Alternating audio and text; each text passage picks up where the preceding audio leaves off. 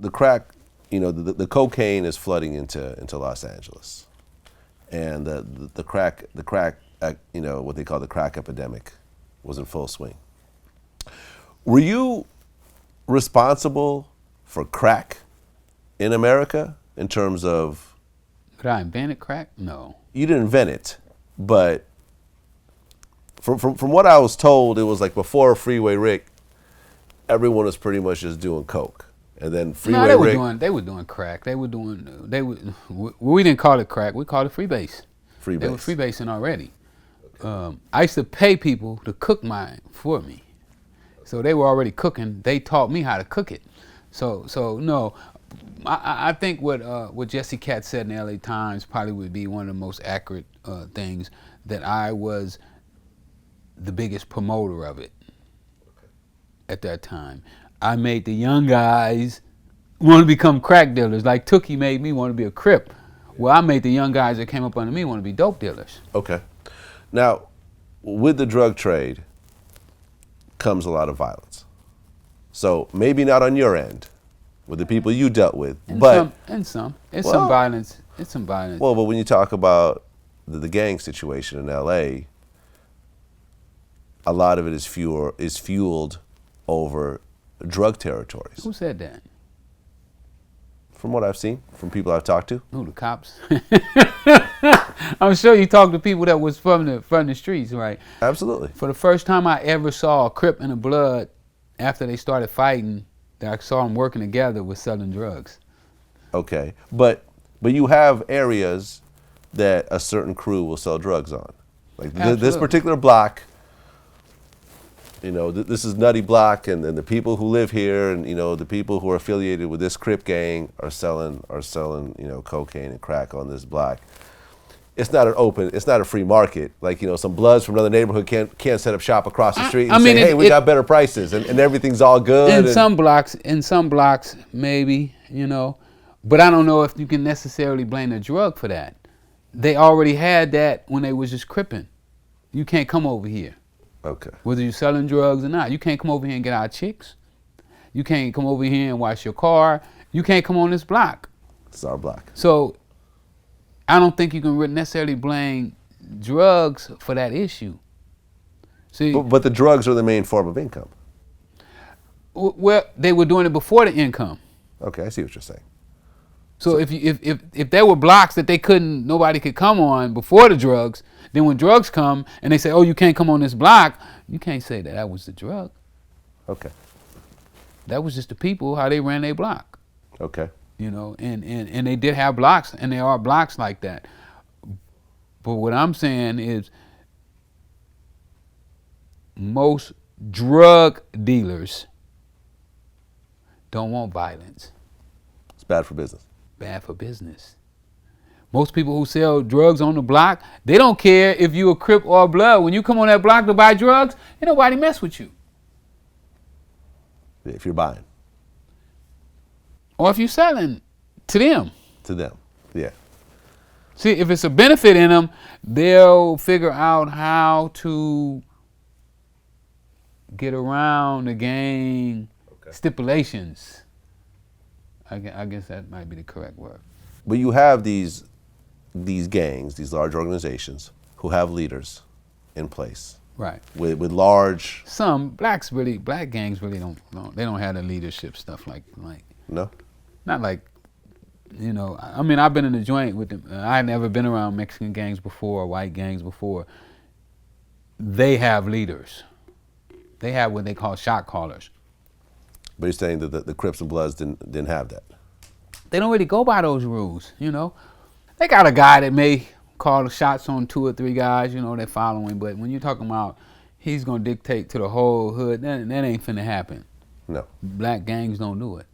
If they did, they would be a lot more powerful than what they've been.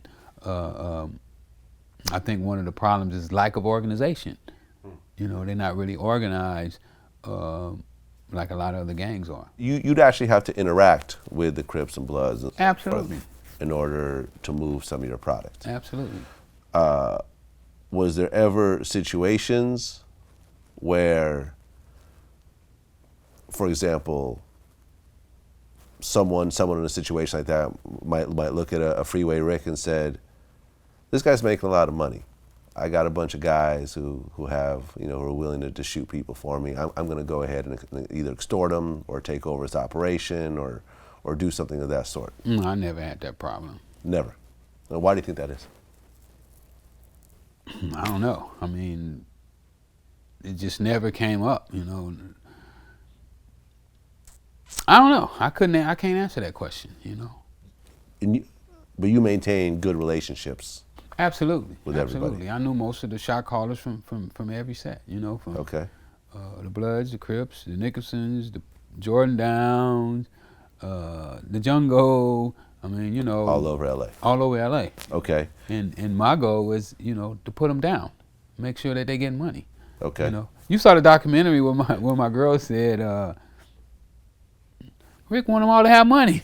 Yeah. So who wants to hurt somebody that want to make some money? So they were protecting you in a way, like. Not really protecting me. I don't think, but yeah, in a sense, protecting me because I got goodwill.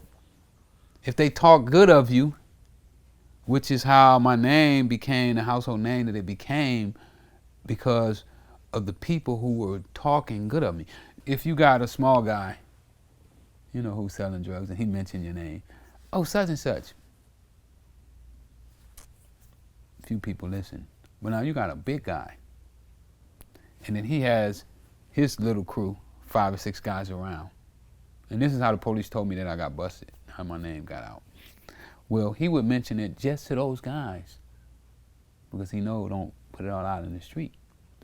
But by him saying it to those guys, and then when those guys go and say it to somebody else, then it starts to ripple effect because now these guys are the influential people in the community. And then, I had a couple young guys, 18 years old, with Rolls Royces and Ferraris. One of them had the first Testarossa in LA, The Jacksons had ordered him, I believe, and they couldn't get him out. And he walked up to the Ferrari dealer and said, hey, I want that. And they said, oh, that's Jermaine Jackson's car. He said, how much is it? And Jermaine ain't here, he's sitting in the thing, and he bought it, So, and people knew that this kid was working with me. Was that a worry for you? Because you're not flashy, you're very low key, but all these guys underneath you are buying Ferraris and, Well, they hid it from me. They hid it from me. And, I didn't find out for months, and they wouldn't let me see their cars. And, I would hear about it through the grapevine. Oh, such and such was in Vegas standing on the hood of a Rolls Royce at the fight. So, they hid it from me. And I was worried about it because I knew that eventually the cops were going to start to say, where these Mercedes-Benz is, where these Roses, Ferraris, Porsches, where are these cars coming from, how are these. I mean, even with the crooked cops, and they talked about it was hard for them to believe that it was that much money in South Central. At what point did you say, I think I've gone over the top, and I think that at this point, going to jail is a very likely option for me? Well, I always knew I was going to go to jail. So coming into it, you knew you were going to jail? Not coming into it, but after I started learning the business. Okay. Going to jail was just another part of being in the streets. Okay. What made me stop, though, was the hypocriteness in me. I didn't want people selling to my family, but then I was selling to everybody's family. Right. So I thought that was kind of hypocritical, and that's why I eventually quit selling. Okay. But by that time, there was already a case against you and surveillance and... No, I didn't know that. But it was, yeah. Okay. It was secret indictments. Secret indictments. And ultimately, you have certain people who have certain rules and certain values about them that will end up doing life in prison based on their principles. But most people, when facing 20, 30 years, and they say, hey, all you got to do is tell me where you got it from, and we'll turn that 30 years into 3. Yeah, tell on a friend. That's what they call it. Why do 10 when you can tell on a friend? Why do 10 if you could tell on a friend? Okay. And when did that start to happen? I think when the feds put in the 85%. The 85% of your time, the Fed jail guidelines? Yeah, most of the before guys. what, you'd get like 50% or something like that? Well, most of the guys in LA, in California would get state time. You get caught with some cocaine, you go in, you get 2 years, a year and a half, 6 months. But these are guys that was gang members, who had been to prison for murder, robbery, assault with a deadly weapon, so they had did some time before, 6 years, 7 years. But with the 85%, flipped it. Because now if you had a prior conviction, well, instead of getting 10, you're going to get 20. Then if you had 2 convictions, instead of getting 20, you're going to get life. So it really changed the game, and it put people under a lot more pressure. Okay. And that's when people started to turn against each other. Absolutely. Absolutely. And you eventually got caught. Yep. By people that worked for you? One was my next door neighbor. Little dudes who grew up under me, who I've been knowing all my life. Eventually testified. Okay. And you got how many years initially? On that case, I got 10 years. I made a deal for 10 years. The government had a tough case. They were gonna have a tough case. I hadn't been selling drugs for a year and a half before they caught up with me. The indictments were secret indictments. The feds didn't catch me. Local cops caught me for the feds. So they had a tough case anyway. I was willing to go to trial. I wanted a deal, but I was willing to go to trial on that case. How much money did you spend in legal fees at that point? Because you had, I assume, millions and millions. On that case, my lawyer charged me like 180, I think, and then like 30 for an investigator. So not well, I mean, a lot, but not, you didn't have to. I didn't have to break the bank. You didn't have to break the bank. Yeah. But I mean, but you're fighting, this is the most important. And then all my co-defendants, even the guys who testified against me, I hired all them lawyers as well. Wait, so you paid for the lawyers of guys who testified against you? Well, I knew that it would be better for me to hire a lawyer so I would know what was going on with them, I thought. Okay. But then after they got ready to testify, then the lawyers was like, oh, I can't talk to you anymore. I mean, isn't that a conflict of interest just to begin with, though?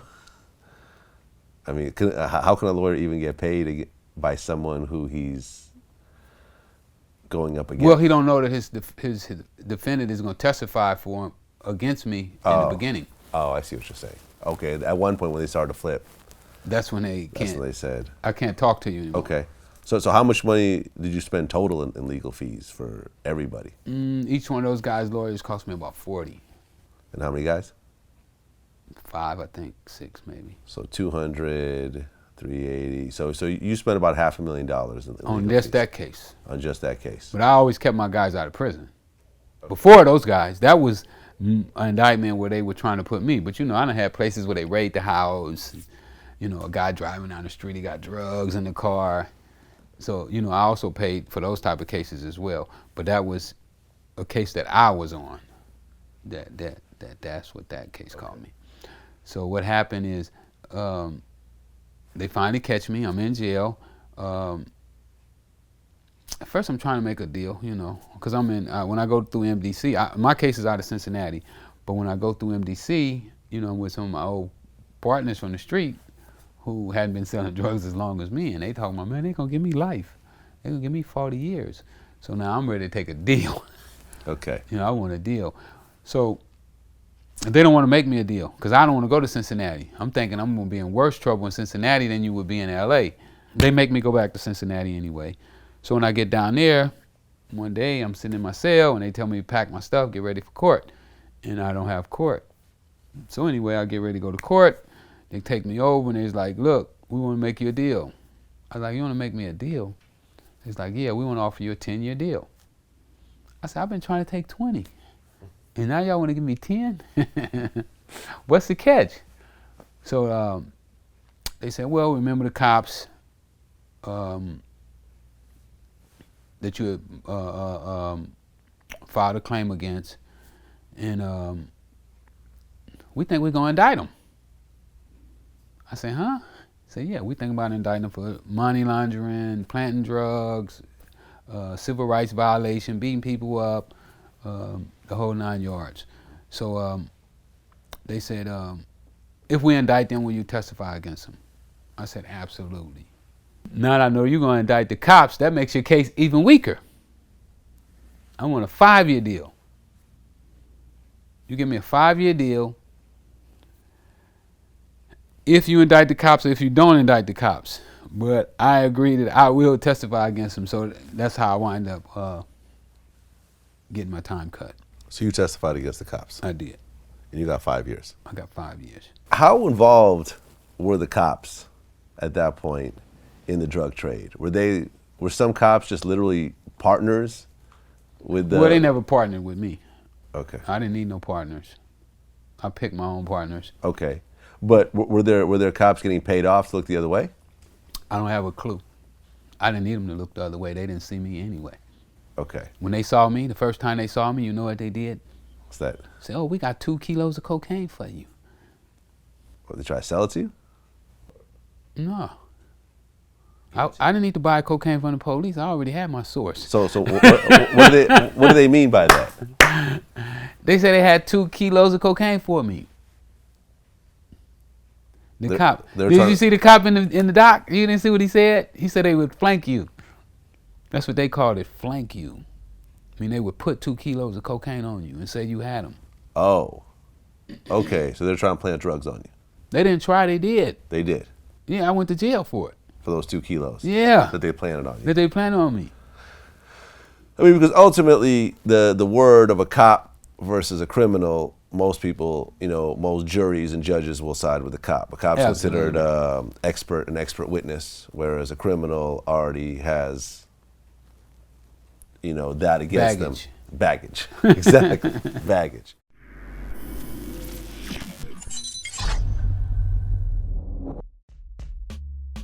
We just decided, like, fuck it, when we was able to see each other face to face on some grown man shit, it was like, I ain't got no beef, I don't have no problem, you ain't got no problem, fuck it. And that's just what it was. Stripping, getting my own money and leaving.